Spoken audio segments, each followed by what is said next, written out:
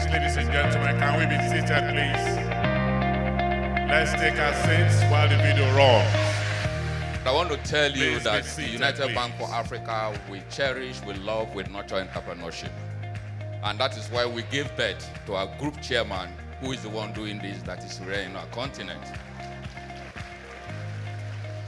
It's only in UBA you can find this type of thing in Africa. That's the truth. We are a commercial bank that's been in operation for almost 70 years.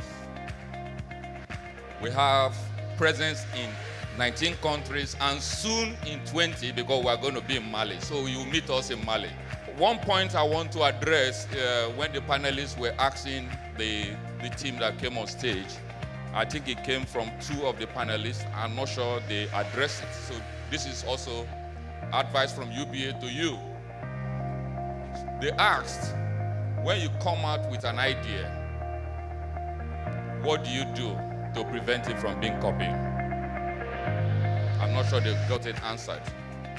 Really, you can't stop anybody from copying anything, especially in today's world where technology is the beginning and the end of all we do. But there's good news. As people copy you and commoditize what you have produced, you use the experience that you have to either grow vertically or move horizontally. You know, there are two types of innovators. If you look at the Apple, the Steve Jobs and Tim Cook, there are two types of innovators. When Steve was there, we kept on having all sorts of iPhone, different types, iPad. But today, they're not changing it. But the iPad or iPhone you had last year is not the same iPhone. On the face of it, it's the same. Because Tim Cook is a vertical integrator. It keeps deepening. That's what I will advise you to do. As you come up with an idea, deepen what is there, because really there's no end. And as we know and say in UBA, the largest room in the world is the room for improvement. So that's my advice to you. I feel highly honored to be amongst you this morning to celebrate the youth of Africa. I think what we are witnessing today is something that touches the heart of every person who finds himself in the position of leadership in Africa. The reason being that African population is made up of over 50% youth, and therefore for anybody who wishes well for the African continent, we must join hands in nurturing the youth of Africa. And that is what AIRS Holding is doing. That is what the Tony Elumelu Foundation is doing. I therefore seize this opportunity to congratulate Chief Tony Elumelu, the AIRS Holding, and the Tony Elumelu Foundation for commencing this very, very laudable program. And I congratulate all those youngsters that are lucky to be amongst the set of people that have been trained by this foundation. So I thank you very much, and God bless you all. One, the angle I probably will be good if you could help with is you're running business practically, and there are a number of people here and some of the investors or the entrepreneurs that came on stage who actually have a real business outside of the PowerPoint slide that they're running on a daily basis. What kind of advice would you give them from your understanding of their business and generally for the entrepreneurs in the room? Thank you very much. My name is Larry Da Silva Ajayi, and I run a fashion business in Nigeria. And I would like to say thank you to all my clients because I've been in business for about 13 years. Now, one of the key things I would usually say to entrepreneurs that I've seen in my experience is any business is looking for convictions, unicorns. That means that I'm looking at someone that can actually make believe. When I listen to you, I want to make sure that you know what you're talking about. And most of them actually did. Now, experiencing business in Nigeria and anywhere, we are all looking for return on investment. Am I right? Return on investment is very key. is extremely important. You must always think about whenever you take money, capital from any investor, you must always think about how you return that capital with a return, right? So it's not just giving the money back, but giving the money back with a return. And when you think about that, it means when you are targeting any particular investor to come into your business, you need to get a sense of what kind of returns those investors will be looking for and test if your business can provide or generate that kind of returns. There's a spectrum of investors across the space, and some like a lot of money, some are happy with moderate income. So you have to recognize that as you target investors. The other point you mentioned, which I think is important, is everything we do, when you run all your numbers and everything is nice on Excel, but there is real life, and you always have to face that reality when you come into business and be practical about the things that you do. You will find that a number of the plans that you had, whilst you were running your numbers, can change at any point in time as you get into the market. So you must always maintain that flexibility in real time. As it was said before, I have 20 years of experience in the fashion industry, but at the tip of my career, even when I was working so much, I enrolled in school. So I was working and I was going to school at the same time. So if you're a young entrepreneur here, I hope you're combining both.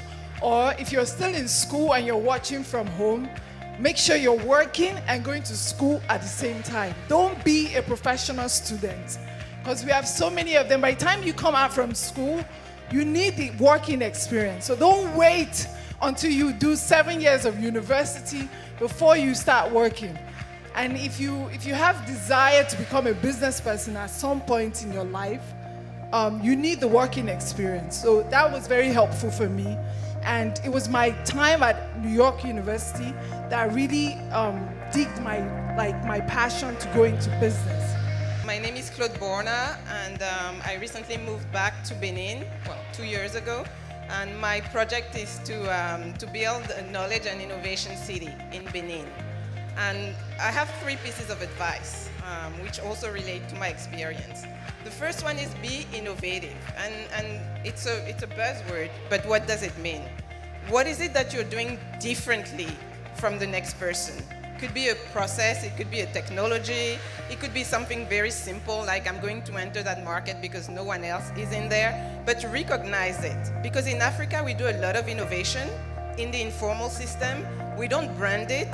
There is no structure around it, and then Silicon Valley comes up and says circular economy or Uber, and we've had that before. We've had things like that before. We just didn't create a business around it. So recognize when you're doing something that's a little bit different, and make sure that you take it out there and you build a business around it. That's the first one. My second advice, and it's really to all the entrepreneurs who pitched, be agile. Whatever you pitch today is not what you're going to be making your business on. You are going to change it.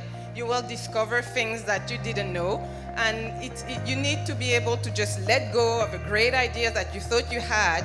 If, as you're implementing your idea, you found out that, oh, you know what, prosthetic is great, but maybe there is something else that relates to doing mannequins for fashion, or I don't know, and jump on it. You really need to be fast and to recognize when you need to change course, do it very quickly.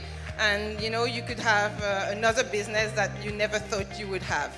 And my third one is related, and actually I know there was a lot of advices about knowing your competition, doing your market research, doing your facts. I'm actually going to be a little bit controversial and say, don't do any of this. Get out of your books, your laptop, get out of the business and go try whatever you want to do. The market will tell you if it's good or if it's not good, very quickly. The great challenge that actually we young entrepreneurs face is the problem of finance. And Mr. Elumelu came out with this program to help we entrepreneurs to grow our business. This is one thing. The second thing is a very great opportunity for we African, we young leaders to network, because we believe that the future of Africa is Africans. re-entrepreneurs, really does. So much that we've picked out from this event. First of all, the frenzy that's going on here, getting people and seeing what amazing things they're doing is just motivating to help you think bigger than just Zambia. That's one. And two, the mentorship we've received from this forum and so on has been amazing. So we are poised to grow as Zambian entrepreneurs. It's been a mind-opening event, and the people we've met, the talks we've heard have been motivating. It's been amazing. It's really exciting. One of the major things I've liked about the foundation is the inspiration, the feeling that you need to do a thing, and then the mentoring was exceptional. I told my colleague that we don't mind about the money. What we have learned really is almost more than a bachelor degree in business administration in most universities. We have learned how to manage a lot of things, and that has been really extraordinary. And then from the aspect of doing things as African and together, I never dreamed of coming to Nigeria, and particularly the foundation made me come to Nigeria, and I'm doing a lot of things with Nigerians. I'm learning how Nigerians rear animals. It is really exceptional and it's so exciting. I think the TEF Forum is a really great opportunity for entrepreneurs like us, because you get to meet a lot of people in different fields and different sectors, so it opens your mind to a lot of ideas, and that you don't have to collaborate outside Africa, you can collaborate within Africa. So that's really great about the forum and the whole entrepreneurship family, the Tony family. Yes. I think it's very awesome because it managed me to make sure that I was recognized and to get a seed capital, which has not been really easy. So I'm really glad that I came upon it. I must tell you that I've been inspired, and whenever I come to this kind of environment, the midst of entrepreneurs, it actually motivates me to do more. And I know that we're going somewhere and we're going to transform Africa. You know, this is the best thing to ever happen to Africa since independence. That's my personal belief. Because the Tony Elumelu Foundation is helping emancipate African entrepreneurs to change and transform Africa into its full potential than what the world is thinking of Africa, but what we are truly, our best selves.